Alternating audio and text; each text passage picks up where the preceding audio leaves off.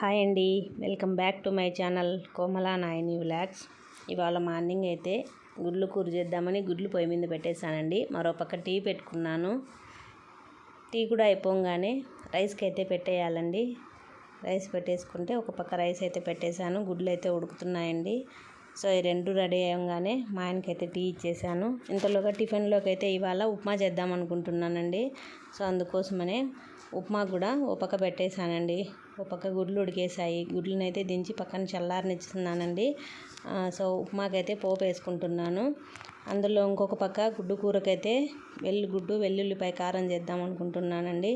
అందులో అయితే ఓ పక్క దీన్ని ఉప్మా రెడీ చేసుకుంటూ మరో పక్క గుడ్డు కూరకైతే రెడీ చేసుకుంటున్నానండి. గుడ్డు కూరకు రెడీ చేసుకొని అంతలోగా అయితే రైస్ అయితే రెడీ అయిపోయిందండి. సో ఉప్మాకైతే తాలింపు వేసేసుకుంటున్నాను. ఓ పక్క ఉప్మా అయ్యేలోపే నేనైతే గుడ్డు కూరకు కూడా ఉల్లిపాయ కారం అనేది రెడీ చేసుకున్నానండి.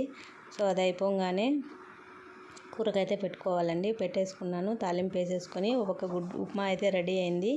గుడ్డు కూరకు కూడా ఒక పక్క తాలింపు అయితే పెట్టేసుకున్నాను. కూర అయిపోగానే గుడ్లు కూడా ఉడికించేసి వేసేసుకున్నానండి. ఇది అయిపోగానే వీళ్ళ క్యారీలు అయితే కట్టేయాలి. టిఫిన్ రెడీ అయింది కదండి. పిల్లలు ఆయన స్నానం అయిపోగానే టిఫిన్ అయితే పెట్టేసేసి వాళ్ళకు క్యారీలు కూడా నేను రెడీ చేశాను. వీళ్ళంతా వెళ్ళిపోగానే ఇవాళ స్టిచ్చింగ్ చేయాల్సినవి ఉన్నాయండి. టైలరింగ్ నేర్చుకోవడానికి కూడా అమ్మాయి వస్తుంది. అమ్మాయి 10:30 కల్లా వస్తుంది. తను వచ్చే లోపల నా పనులన్నీ కంప్లీట్ అయిపోయాయండి. ఇవాళ అయితే ఈ లాంగ్ ఫ్రాక్ స్టిచ్ చేశానండి.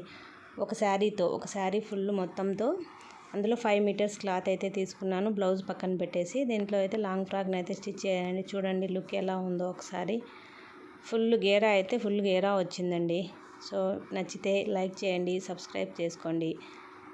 Thank you friends.